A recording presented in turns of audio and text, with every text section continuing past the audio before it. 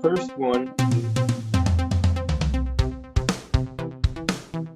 the first one is just a clip that I got today. I don't have anything prepared about this, but Johnson & Johnson had appealed the judgment against them regarding the talc cancer relationship to the United States Supreme Court, and the United States Supreme Court refused to hear the appeal. So that means as of now, they're stuck with a $2 billion judgment. Okay, so that was just popping up today. Now, the first legitimate item is Amgen has come up with a new drug for a certain type of cancer. And the cancer type is a lung cancer with a KRAS mutation in it. And K is very special because it stands for Kirsten. And Kirsten was the chief of our pathology department where I did my residency. So unlike Dr. Fauci, he actually discovered things in the lab and he got his name on this very important mutation. And that refers to about 13% of the common lung tumors. So they found a new drug for this, which is called Lumakras. In other words, light up your Kras, buddy, and don't mispronounce that. And being a pharmaceutical company, they came up with an interesting pricing relationship. It's going to cost $17,900 a month to take this Lumakras. And they probably say your pharmaceutical company might help or something like that, but I don't know. And this is for people who have failed first-line therapy, which in this case was Keytruda, which wasn't working very well. So early results were good, and they're now getting ready to launch this. Item 2, also very, very important and fulfilling. This was actually done at the Medical College of Wisconsin, which is just a little north of us. You don't think of them as being profound thinkers, but they did come up with something called TRPC5. And you'll be grateful I used that abbreviation because it really stands for Transient Receptor Potential Canonical 5. Now, just doesn't that flip off your tongue as easy as pie? No. So TRPC5 is a receptor on the ion channels connected to nerves. And they made this discovery through some complicated spectroscopy and so forth, that this was like a button where when it gets pressed, you feel pain. So they eventually found what it is in the body that does this. It's something else. It's a long abbreviation. So just call that LPS. Hits TRPCS, and then you feel pain. All kinds of different pain. Injury, medical pain, pressure pain, all kinds of pain. Not every kind of pain, but many kinds of pain. And so they now are preparing inhibitors to TRPC5 because the result of that is that you will free yourself from this pain. And if you can do that, you can avoid becoming addicted to opioids. And that will really change the picture in our country and around the world. So they're getting forward. Phase 1 trials are underway. They believe that this will get early approval if phase 1 is acceptable. And the lady who's responsible for this lab, her name is Cheryl L. Stuckey. And I think she should be rewarded with a free car so she isn't Stuckey on the L all the time. I can't hear anybody laughing, but I'm sure you're roaring because it's muted. That was published in Translational Medicine. Most of the work was done in mice, and I do not know how they decide whether a mouse is in pain or not. But it also works on people, and we're getting ready to go on this. All right, now the next one is philosophically rather complicated to deal with, but the heart of the matter is that a company lab in Singapore believes they had figured out that human lifespan can be extended, but probably not beyond 130 to 150 years. The oldest person known to have ever lived was a French woman who died recently. She was like 127.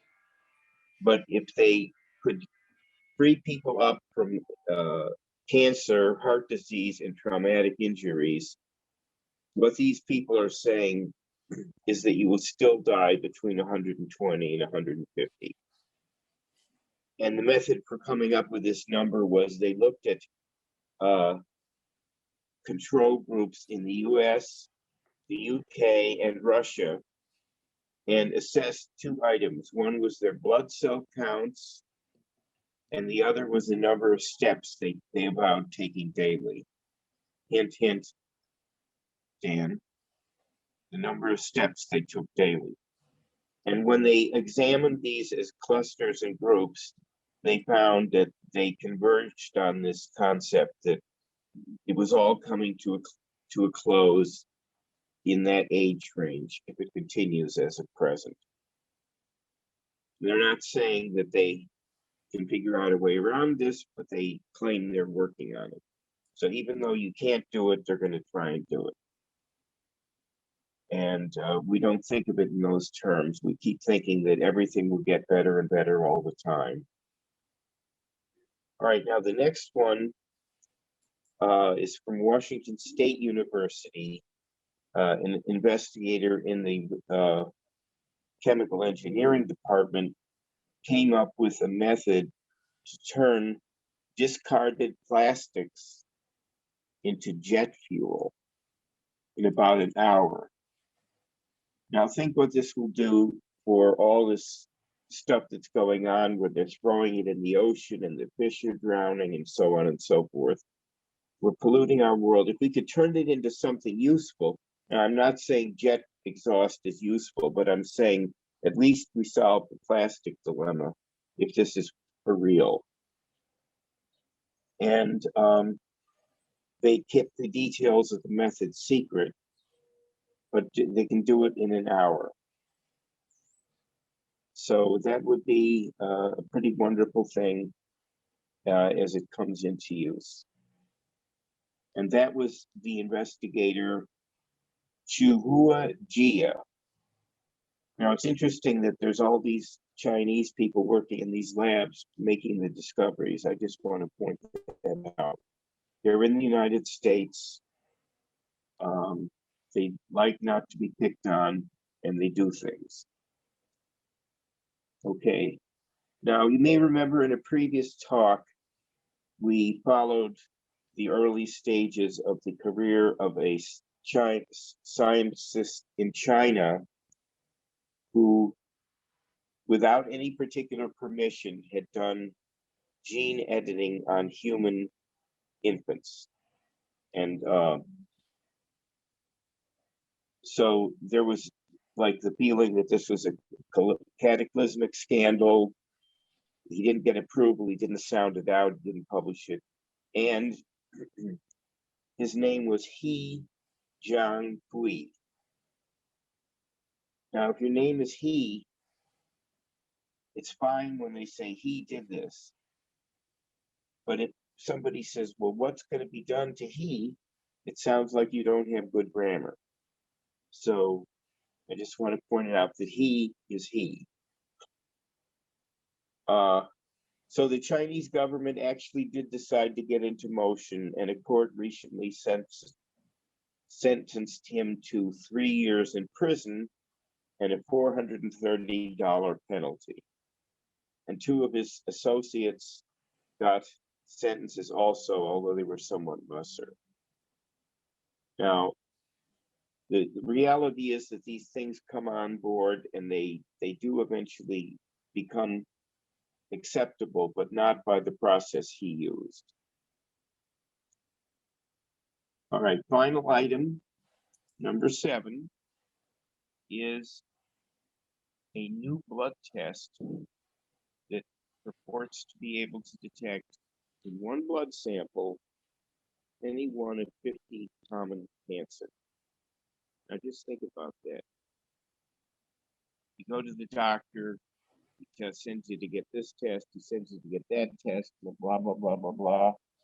And sometimes it's good and sometimes it doesn't really find the lesion that you actually have. So this is new. We don't know how it's going to work out, but a company called Grail has introduced this test, which is called the Galleri test. 50 cancers from one draw. And they believe they can introduce this into use in the second quarter. Early work is done in Britain, and they're going to introduce it with a big medical provider in the west coast of the United States sometime between the second quarter and end of the year. That would be a wonderful thing. There are false positives, there are false negatives, but what they say, and the other ones that are working on this, is compared to other diagnostics, the diagnostic efficiency is very admirable, and they think it will be okay, even though the critics are not in any short supply. So that's our work for 6-1. It's a pleasure to have you all on board, although you're a little hard to hear. But, Dr. Bill? Yeah. The date that you said that this new blood test is coming on board was muted. It was not clear. Could you say it again? They said sometime between second quarter and the end of the year. This year? That's what they said. That's pretty amazing. It is pretty amazing. So it's going to be in a controlled situation. It won't be available everywhere immediately. And it does require a doctor's prescription to get it.